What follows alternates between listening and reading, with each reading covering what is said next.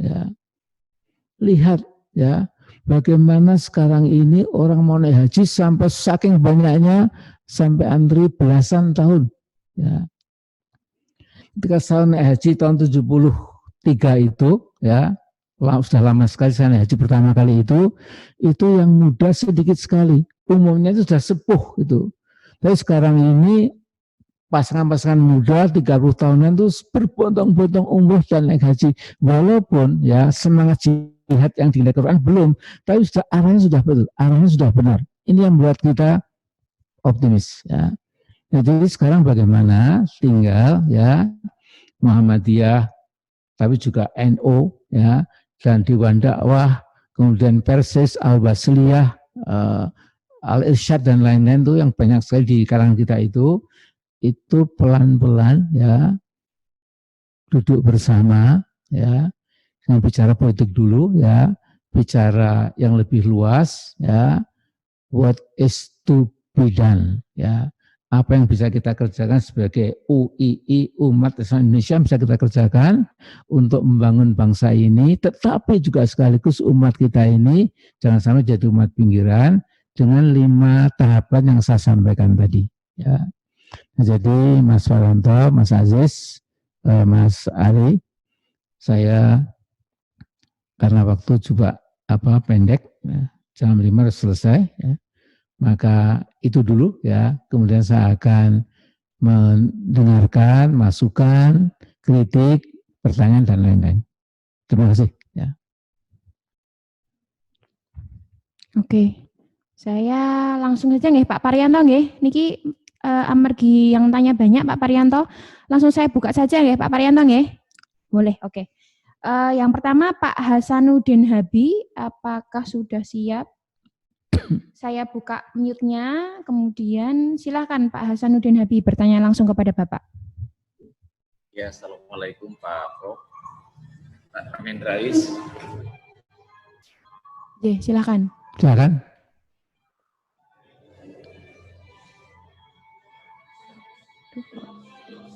Ya, silakan Pak. Halo, Assalamualaikum. Waalaikumsalam. Ya langsung Pak, langsung. Pak Hasanuddin. Silakan. Ya, pertanyaan saya kenapa sekarang ini negara Indonesia itu sudah dikuasai oleh TKA Pak? Makasih. Terutama dari Cina. Ya saya kira belum dikuasai lah ya. Cuma arahnya itu menakutkan, mengerikan ya. Jadi ini terpulang kepada pimpinan nasional ya.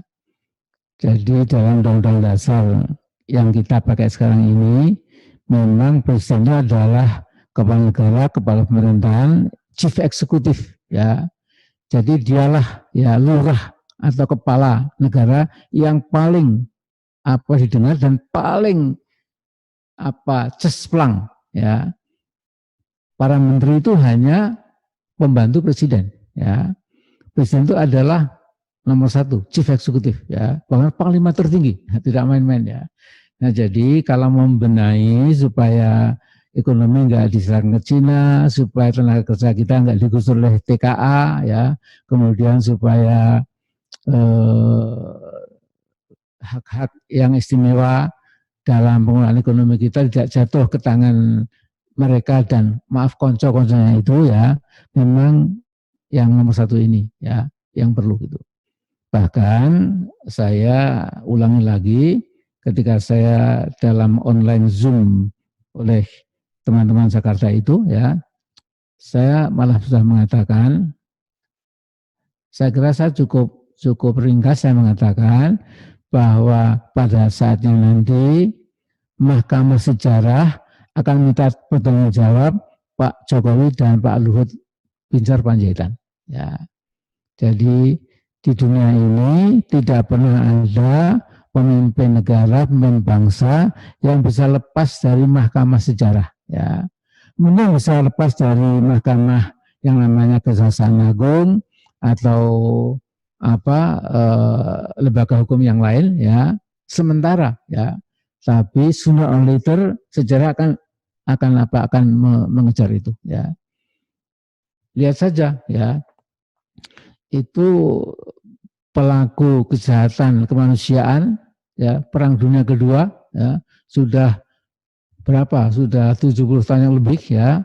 Itu baru 3 tahun itu ada lagi yang dipegang di Argentina, ada yang di Brazil dan lain-lain. Jadi memang sejarah itu akan mengejar terus ya. Kalau sudah mati memang sudah nggak mungkin lagi. Tapi kalau masih hidup, makanya ini harus hati-hati ya. Ini kepada para pemimpin ya, siapapun ya, tidak akan lepas dari mahkamah sejarah. Bahkan kadang-kadang saudara, sejarah itu bisa menulis lebih cepat dari pemimpin yang lembek, yang nggak terginas, nggak cekatan. Gitu. Jadi ada seorang pengamat yang mengatakan dulu waktu Gorbachev akan merekonstruksi Uni Soviet, ya, tapi lamban, ya, lamban. Kemudian sejarah merebut pena dari Gorbachev, menulis sendiri Soviet runtuh, Rusia mengecil, bla bla bla semua itu. Ya. Jadi itu yang bisa saya katakan. Cuma ya kalau orang beriman, sejarah itu maksudnya kekuasaan Allah itu. Sejarah itu nggak jelas, tapi kekuasaan Allah akan mengejar orang yang zalim ya, sesuai dengan kebesaran kedalimannya itu. Terima kasih. Ya, selanjutnya ada penanya itu dari Pak Uum ya, dari Bandung, yang sudah pesan di chat. Silakan Pak Uum. Pak Uum masih online? Pak Uum. Assalamualaikum Pak Amin. Oke, silakan. Warahmatullahi wabarakatuh. Baik, terima kasih atas 5 amanatnya. Mudah-mudahan Bapak sehat terus. Jadi saya melihat ada upaya melupakan peran Bapak dalam konteks reformasi. Dan ini terjadi bukan cuma sekarang. Dulu misalnya jasa Pak Natsir di dalam dengan mosi integralnya yang membuat NKRI bersatu, itu juga kan sudah dilupakan. Orang bicara NKRI harga mati, tapi tidak tahu bahwa yang punya gagasan dan perjuangan. Betul, persis ya, betul. Terus yang kedua Pak Juanda, pahlawan nasional dari Tasikmalaya, yang katanya juga guru Muhammadiyah, itu juga sama dengan deklarasi Juandanya, berhasil membuat luas wilayah Indonesia menjadi 2,5 kali lipat dengan kedaulatan atas laut, sehingga Indonesia negara kepulauan menjadi negara yang besar. Tetapi juga dilupakan, Pak, banyak orang yang tidak ingat dengan Juanda. Nah sekarang reformasi itu luar biasa, perubahan bangsa yang sangat besar, tetapi gerakan nampaknya untuk melupakan jasa dan peran Bapak itu luar biasa, Pak. Maaf misalnya di kalangan teman-teman kalangan nasionalis, Bapak hanya disebut-sebut ketika disebut menjegal Ibu Mega. Di kalangan teman-teman sebelah, Bapak hanya disebut yang menurunkan Gus Dur. Sementara di kelompok yang lain, Bapak hanya disebut yang menentang terbentuknya kembali Partai Masyumi. Nah, sementara peran Bapak dalam konteks reformasi yang membuat perubahan yang sangat luar biasa bagi bangsa ini, itu jarang disebut-sebut lagi, Pak.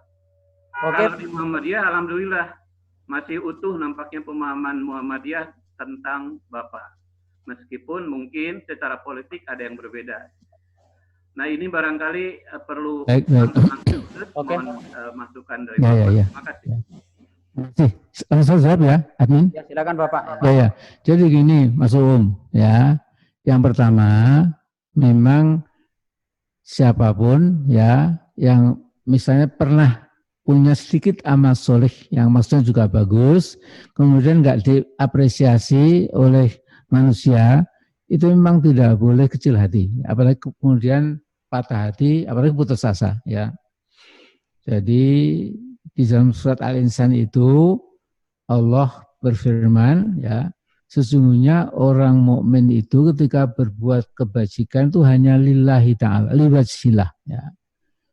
Artinya berbunyi innama nut'imukum liwajhillah la nuridu minkum jazaa'an wala syukura ya.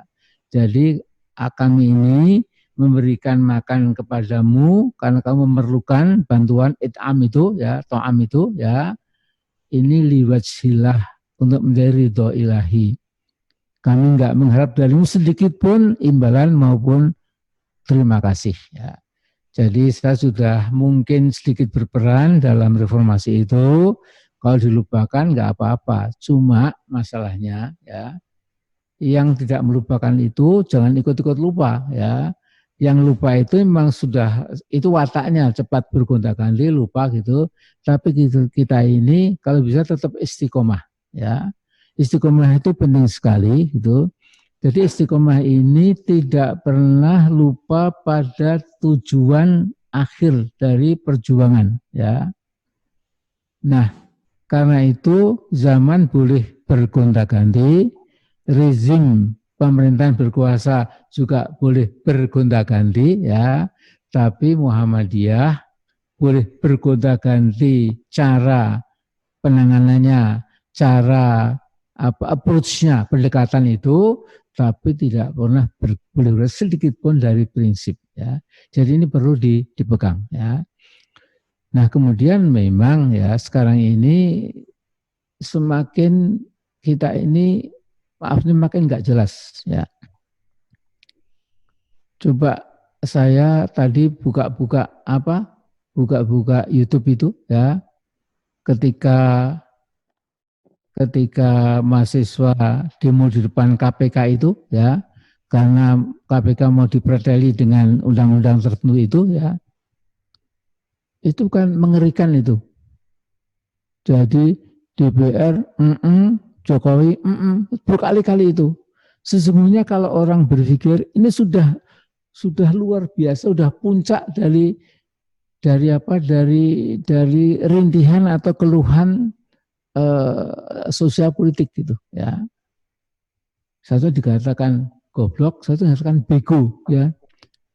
Dan enggak diapa-apakan juga. Kemudian yang lucu lagi, tidak bergeming dianggap seperti angin lalu ya. Memang saudara-saudara, saya kadang-kadang agak khawatir ya. Karena kalau sebuah bangsa itu sudah kebal kritik, kebal koreksi, kebal apapun ya, itu pertanda udah nggak bisa diperbaiki lagi ya. Itu artinya apa? Bangsa itu menjelang bukan runtuh, tapi menjadi mengecil ya. Kecil peranannya, kecil kedaulatannya, kecil ya, kemudian menjadi mungkin masih besar ya, tapi di mata dunia itu bangsa kecil ya. Jadi ini Mas ya, Anda kan juga pernah jadi anggota DPRD dan lain wilayah provinsi ya. Jadi ini Anda juga sangat paham mestinya ya. Saya yakin seperti Anda kan seperti saya juga semua paham ya. Jadi negeri ini memang sudah save our soul. Jadi SOS ya. Kemudian ya sudahlah, saya tidak akan menambah lagi gitu. Tapi intinya kita harus beda ya. Bukan seperti TV One memang beda, bukan seperti itu, bukan beda penampilan ya, tapi beda prinsip, beda tujuan ya, beda keberanian ya, beda kekompakan dan sebagainya. Saya kira itu dulu. Terima kasih. Oke, masih ada satu lagi Bapak.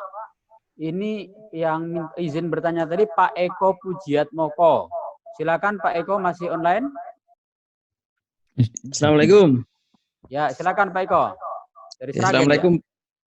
Assalamualaikum Pak Amin. Salam, Mas Eko ya. Saya Eko, Ketua PWBM Jawa Tengah. Ini Pak Amin, kami banyak membaca terkait dengan RUU inisiatif DPR, RUU haluan ideologi Pancasila, Bapak. Iya. Jadi dalam RUU itu konsideran TAP MPRS nomor 2566 itu tidak dicantumkan begitu. Sehingga banyak penolakan dari fraksi-fraksi Islam dan berhaluan Islam itu. Namun dari fraksi-fraksi nasionalis mengatakan tidak perlulah itu dicantumkan. Kemudian dalam pasal 6 juga disebutkan terkait dengan kembali kepada Ekasila, gotong royong. Jadi dibawa ke Ekasila begitu. Nah, yang kami tanyakan apakah memang ini ada grand design agenda untuk kembali membawa Pancasila sesuai selera mereka kan begitu. Dan yang kedua, bagaimana kita sebagai angkatan muda untuk ikut berperan dalam jihad konstitusi ini, Bapak. Menikah Bapak yang kami tanyakan. Terima kasih. Ya. Ini pertanyaan sangat relevan pada saat sekarang ini, ya. Jadi semua pertanyaan ini ada bergandengan dengan film yang kita lihat, ya. Ada yang ingin mengadakan perayaan ulang tahun PKI ke-100, ya. Ada yang mengatakan bahwa PKI sudah menurut kekuatan sejarah yang nggak bakal bisa ditahan oleh siapapun, ya. Ada seorang anggota DPR RI, seorang dokter perempuan, ya, yang mengatakan bahwa PKI sekarang kuat sekali karena sudah 18 juta sampai 20 juta pengikutnya itu, dan nggak diapa-apakan, ya. Nah, jadi juga kita sangat dekat dengan Tiongkok gitu. Kemudian omongan dari sebagian pemimpin, tidak usah takut pada komunisme, tidak ada lagi komunisme gitu, nggak ada lagi partai komunis gitu. Ini kan pembohongan puncak gitu, ya. Yang berkuasa di Cina itu PKC, Partai Komunis Cina gitu. Seluruh Cina yang merupakan penduduk terbesar di muka bumi itu yang menentukan itu Xi Jinping ini, ya. Xi Jinping ini adalah presiden tapi juga sekjen PKC gitu, dengan segala macam politburo, kemudian komite sentral, dengan semua kuku-kuku yang menasabkan komunisme itu, ya. Kebenciannya pada Islam itu luar biasa, ya. Masa sebuah negara bagian itu jadikan penjara, ya. Uighur itu beberapa juta itu jadi penjara, di situ disiksa, dikurus-kurus, nggak dikasih makan, luar biasa, ditutup informasi itu dari luar gitu, sekarang suka bocor juga gitu. Nah, ini memang luar biasa, ya. Nah, jadi memang inilah saatnya saya kira, ya, untuk kita tangkas berdiri, tangkas menjawab, ya. Sudah ditantang kita ini sesungguhnya gitu. Bahkan saudara-saudara sekalian, ya, kita berlomba dengan waktu, ya. Saya diberitahu oleh seorang Letnan Jenderal Mr. X itu, setahun yang lalu dia datang ke rumah saya gitu. Dia mengatakan, Pak Amin, komunis sekarang ini di Indonesia bukan yang celana buruh, ya, sandal jepit, ya, orang-orang yang duafa, ya, tapi komunis di Indonesia sekarang ini itu kantornya mewah, ya, sudah menyelinap ke birokrasi, menyelinap ke pihak pertahanan, keamanan, menyelinap di berbagai partai politik, menyelinap di berbagai pesantrennya. Ini luar biasa itu. Yang ngomong ini bukan orang yang buta huruf politik, buta huruf pertahanan, ya, tapi orang ini kalau tapi nggak sebut saya namanya, ya, tapi orang ini sangat paham, ya. Ini mengatakan ini very dangerous, sangat berbahaya, ya. Jadi Anda mencuatkan sebuah isu yang sangat penting gitu, ya. Tapi supaya kita tidak terdistraksi, ya, itu nanti kita diskusikan sendiri itu, ya. Jadi sejauh saya ketahui itu PKI itu ada dua wajah, ya. Jadi night communist, ya, komunisme malam, ya, itu yang tidak terdeteksi, ya. Ada daytime komunis siang hari yang pakai KTA Partai PKI, yang diketahui bahwa dia memang komunis, dia memang Leninis, dia memang akan menghancurkan negara Pancasila ini, ya. Jadi terbuka, ya. Tapi ada night time, ya. Ini yang sudah dideteksi, yang ada di berbagai tempat, ya. Ingat dulu ketika Gestapo meletus itu, ternyata kolonel, brigjen itu kan nggak terdeteksi, ya. Dia bukan anggota PKI resmi, tapi ternyata menyelinap di angkatan darat sudah sangat jauh, ya, yang bisa meledakkan Gestapo itu, ya. Jadi ini penting sekali. Mungkin untuk ini kapan-kapan kita online-kan ya, insya Allah. Ya. Oke, Pak Parianto, ini saya izin bertanya satu pertanyaan boleh ya Pak Parianto? Ini ada satu lagi juga dari Pak Bunyamin dari UHAMKA Jakarta, dari PWM DKI. Ya, mungkin setelah itu Mbak Tasnim ya. Saya soalnya dapat titipan dari Mas Hanafi Rais. Oh iya, iya Mbak. Ya. Ya, singkat dari Bunyamin, Mas Bunyamin. Ya Pak Bunyamin, silakan Pak Bunyamin. Tulisannya gimana ya, B? B-U-N-Y-A-M-I-N, Bunyamin. Oh, iya, silakan Pak. Pak Bun. Ya, Assalamualaikum warahmatullahi wabarakatuh. Saya ingin klarifikasi ini Pak Amin. Ya. Ingin konfirmasi pernyataan Bapak, saya mengikuti dialog Bapak dengan Pak Refli Harun, ya, bahwa Presiden yang sekarang ini jangan mundur lah gitu. Kalau mundur tuh nanti keadaan semakin kacau, gitu kan? Nah, ini pernyataan Pak Amin, mohon konfirmasi. Kemudian yang kedua, tadi menyinggung sedikit tentang internal Perserikatan Muhammadiyah dalam mengawal reformasi ini. Menurut Pak Amin dalam 5 tahun terakhir seperti apalah? Tadi menyinggung sedikit, ada yang melacurkan prinsip dan sebagainya. Mohon agak diperdalam nih Pak Amin, butuh bagi kami ini informasinya. Terima kasih. Terima kasih Pak Amin, silakan Bapak. Sudah saya jawab ya? Ya. Oke. Ya, jadi gini Mas Bunyamin. Saya memang mengatakan tidak boleh presiden diturunkan di tengah jalan. Ya, kita tunggu sampai akhir jabatan. Ya, karena kalau turun di tengah jalan itu nanti kocar-kacir. Ya, terjadi nanti bentrok di jalan-jalan gitu seperti zaman dulu itu, sehingga sebaiknya memang ditunggu sampai akhir jabatan. Nah, tapi kalau panjang putar lagi, kecuali Allah menghendaki lain. Ya. Jadi orang bilang mesti kemudian kecuali Allah menghendaki lain. Ya. Jadi kalau Anda tanya, jawaban saya pasti jawaban yang rasional, konstitusional. Ya, sebaiknya presiden jangan turun tengah jalan, walaupun kita nggak suka, tapi tunggu sampai akhir periode. Kecuali Allah menghendaki. Ya. Jadi Anda sudah paham mestinya. Ya. Kalau menghendaki, ya mengapa tidak gitu. Ya. Jadi enteng lah. Ya. Nah, yang kedua mengenai performance dari pimpinan Muhammadiyah 5 tahun terakhir ini, bagaimana? Menurut saya ada kritik, ya, sudah bagus, tapi jangan terlalu sering keluar masuk istana. Titik. Ya. Kalau orang keluar masuk istana terlalu sering, itu nanti jadi lembek. Ya.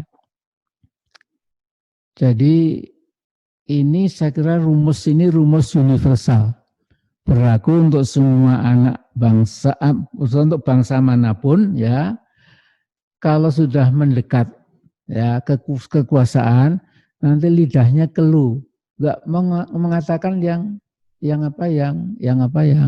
sebenarnya itu. Tadi ya Pak Bunyamin, saya siang tadi buka di YouTube itu ya. Saya nggak sebut nama, ada seorang bupati di suatu kabupaten ya yang menanjak namanya ya karena mengatasi virus corona dengan online, dengan sistematik, membagi sembako sampai ke tangan para penerima. Tiap camat diundang ke kabupaten, tiap kelurahan dukuh dipanggil, mana yang perlu dibantu segera pada waktu itu.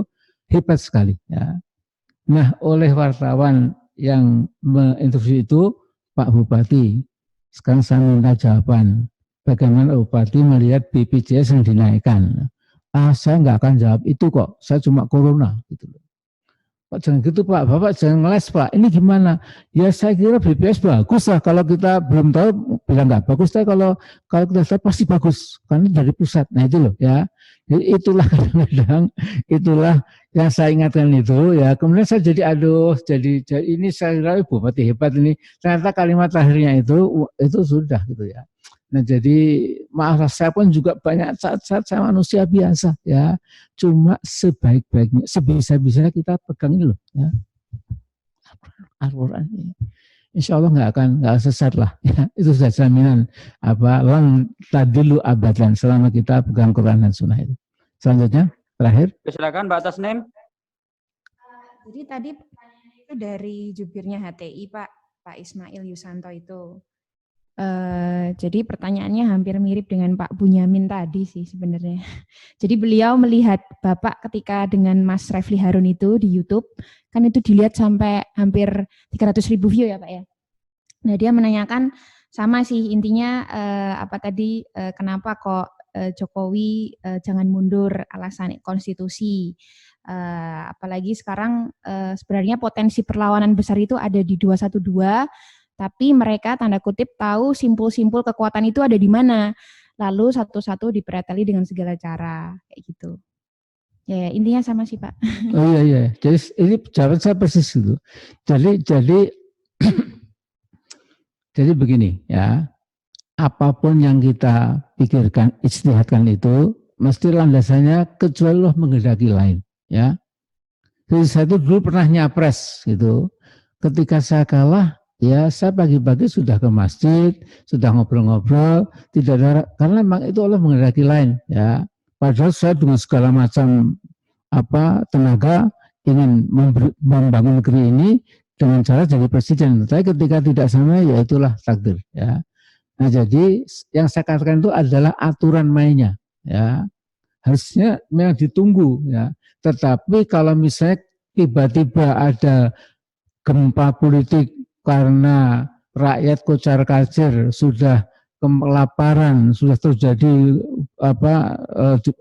di mana-mana jadi keresahan sosial, tentu Allah akan intervensi, itu hak Allah, ya. Nah, jadi tolong dimaklumi, gitu, karena teman-teman HTI juga hampir salah paham seolah saya itu ikut membela, bukan begitu, ya. Bahkan saya mengatakan saya nggak pernah, saya harapkan, saya doakan, ya, saya harapkan Pak Jokowi sampai di akhir 2024 itu tidak turun di tengah jalan, saya harapkan. Saya nggak, untuk mendoakan saya kira nggak pantas doakan, ya, itu saya malu di depan Allah, saya doakan, saya harapkan, harapan manusia saja tuh. Karena saya tahu kira-kira loh ya, memang Allah punya rencana sendiri, ya, paham ya, insya Allah. Oke, Pak Amin, terima kasih Ya, banyak. Ini Mas. udah jam 5 lebih, ya udah jam 5. Ini Bapak juga nanti malam juga masih ada acara dan intinya. Sedikit Mas, sedikit. Ya. Ya, dan nanti di akhir kami mohon Pak Amin untuk mengakhiri dengan doa, Bapak. Iya. Silakan, ya. Jadi ini tinggal sehari lagi kita berpuasa itu.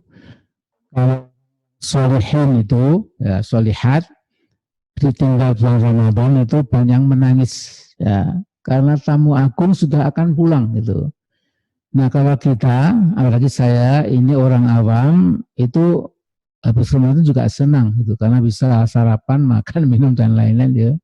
Tapi tetap di hati kita pun juga ada rasa sedih, ya. Karena itu marilah yang tinggal sehari ini kita konsentrasikan gitu, dan mudah-mudahan kita masih bisa ketemu Ramadan lagi, ya, di masa mendatang, dan mudah-mudahan juga kita keluar dari Ramadan ini dengan tambahan kekuatan mental, kekuatan akidah, iman gitu, kekuatan ruh jihad bersama-sama, ya. Sekarang kita berdoa. A'udzubillahi minasyaitonir rajim. Bismillahirrahmanirrahim.